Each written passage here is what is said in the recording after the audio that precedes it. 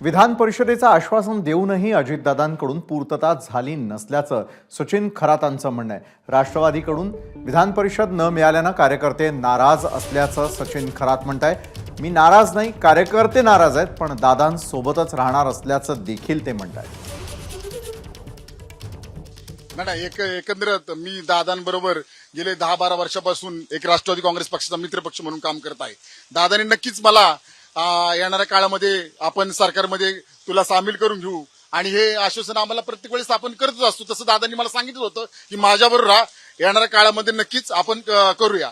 कार्यकर्त्यांना असं वाटलं की मला आमदारकी मिळत नाही, त्यामुळे कार्यकर्त्यांनी तत्काळ 3 जिल्हाध्यक्षपदांनी अध्यक्षांनी मला राजीनामे दिले. मी त्यांना विचारणा केली की तुम्ही राजीनामे द्यायची गरज नाही, परंतु त्यांना असं वाटलं की आमदारकी मिळायला पाहिजे. मी त्यांची समजून घालण्याचा आजही दिवसभर प्रयत्न केला की आपल्याला येणाऱ्या काळामध्ये नक्कीच दादा नक्कीच आपल्याला काहीतरी सरकारमध्ये देतील, हे त्यांना मी विश्वास दिलेला आहे. एबीपी माझा, उघडा डोळे बघा नीट.